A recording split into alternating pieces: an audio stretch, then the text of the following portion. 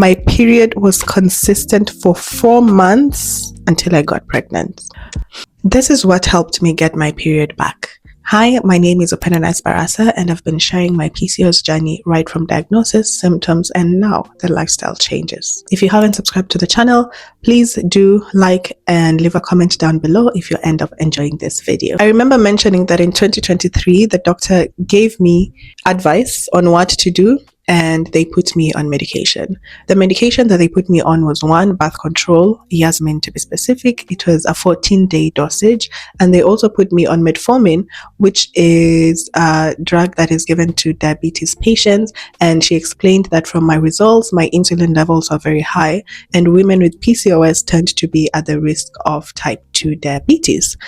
They also gave me a very extensive list of foods to avoid and foods to eat, which, to be honest, I didn't follow because it was a lot. All the foods that they were asking me not to eat are foods that are part of the Kenyan culture and Kenyan diet. And the foods that they were asking me to eat are very expensive or almost non-existent, because where am I supposed to get tofu? I mean, it's there, probably in major cities, but not in your regular store. Who is going to buy olive oil for you to cook your food with? You know, chicken breasts. When in Kenya we slaughter chickens at home, we rarely buy chicken. You know, it was one of those lists you can't follow if you live in an African household. You can only do that if you have a home of your own where you control your meals, but not in an African household. So that was a very difficult season to navigate. The metformin that I was given had intense side effects. It suppressed my appetite, and it made me eat even more unhealthy foods than the healthy ones, because I couldn't stand a lot of meat, a lot of just even rice and whatever.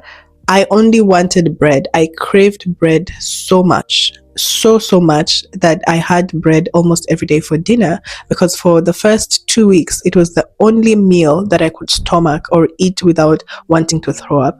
In fact, I couldn't even stand my neighbors preparing dinner. The smell of food made me want to throw up. It was so bad. In summer of 2024, in my previous videos, when I started seeing that one facial hair come up and I decided to make lifestyle changes, I moved from 90 something kgs to around 74 kgs before my life changed. That's a topic we'll talk about later, and it's very, very important because in 2025 I got pregnant. The lifestyle changes that I made, first of all, I started walking because I realized I live in Japan. I can't go to the gym because I need a trainer. I've never been to a gym before, and it's impossible to find a trainer that speaks English, and I didn't have the money to pay a trainer, especially an English speaking trainer in Japan. So I did a bit of research on TikTok, and I saw so many people losing weight through walking. At that point, I didn't understand the concept of weight loss through walking, because I'm like, how are you losing weight just walking? But I was like, I'm going to try it. So in summer, I started walking 10K steps a day. The first week, it was difficult, especially day one. I remember walking so much, and only to check my phone, I only did 2K steps, and I'm like, how am I supposed to do 10K in a day? So I decided to hold myself accountable by posting my habits for 30 days on Instagram. So people who followed me on Instagram during that season, I had stickers on the wall with number 1 to 30, because I wanted to do it for 30 days religiously to build discipline. I would pluck the sticker every day, show my meals, show the steps that I did. And by the end of that month, you didn't have to convince me to walk. You didn't have to hold a gun to my head and tell me, eat healthy. I was doing it because my body felt amazing. By the end of that first month, my anxiety disappeared. And I'm not even exaggerating, guys. My anxiety was non-existent. Another major change that happened within the first week, let alone by the end of the month, by day 2, day 3, my sleep, incredible. I had never slept that well for years. And it's because walking makes you tired, and it makes your body light. And let me tell you, PCOS bloating, I even forgot to mention that in my last episode about symptoms. The bloating was insane. And within 3 days of walking, I was no longer bloated. I slept incredibly well. My body felt light even when I hadn't really lost any kgs, but it just felt light. I was breathing well, and all my anxiety and panic attacks out of the window. In 1 week, my body felt so good, and I was so obsessed with walking and weight loss that I would take pictures every day. And I'm gonna insert my pictures, progress photos on the pictures that I would take within that first month. And by the end of just day 7, my body was looking different. Not dramatically different, but from the videos you could notice my face had gotten a little slimmer, my stomach was looking flatter because now the bloating had disappeared. And as time progressed, it got even better. I will also insert pictures of the foods that I was eating. But let me say this. When I wanted to start this journey, I was watching so many PCOS content creators, and it's like they were telling us not to eat everything. Yeah.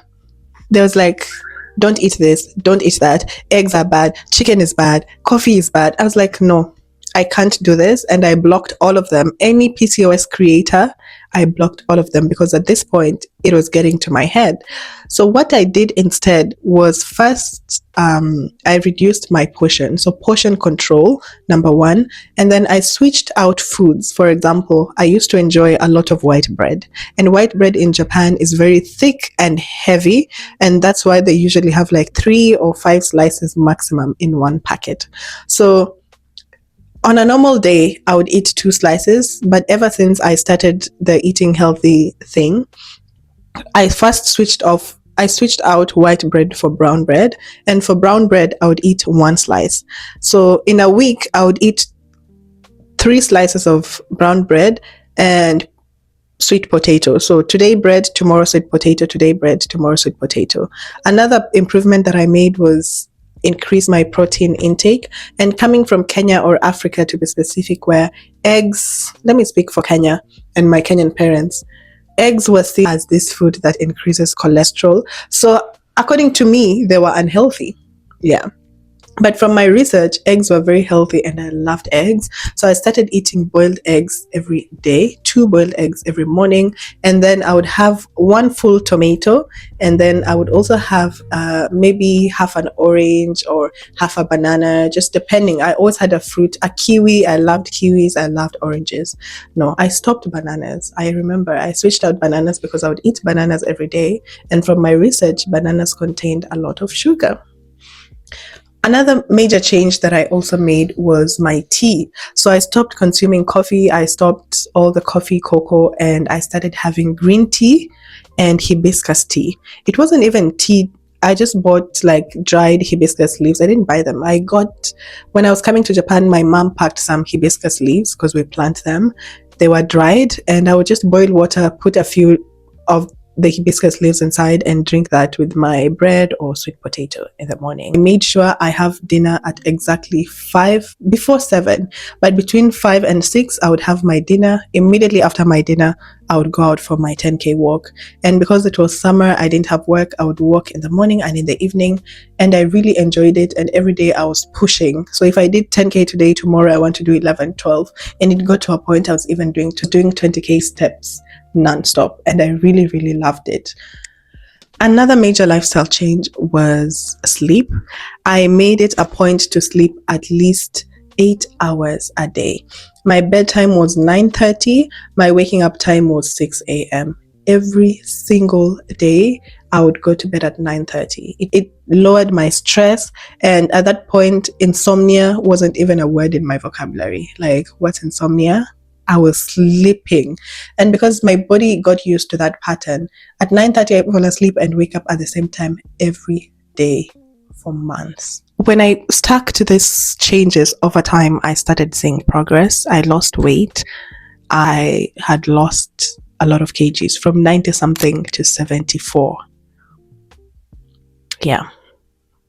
I know with PCOS, people also say you can never get pregnant, and I like that this is how I'm getting to share my story, because eventually that was also another miracle that happened for me. And by the way, in September, I had my first period. friends. I had my first period, and since September, my period was consistent for 4 months until I got pregnant. I had a period for 4 months, a regular period, and that's when I knew that the lifestyle changes were actually working. From somebody who only got 1 period in a year, I had a period consistently for 4 months for the first time ever in my life. And that's even how I knew I was pregnant, because I was like, where is my period this month? Something is amiss. Yeah, that's how I knew. So I hope you guys enjoyed this video. Please feel free to share what has worked for your symptoms. What are some of the lifestyle changes that you're making? Has birth control worked for you? Because for me, I don't want to see those things in front of me ever. In fact, I'm very scared of birth control. And this is not me spreading misinformation. It's just sharing what actually worked for me. And birth control was not one of them. I hope you enjoyed this series. See you again next time. Bye.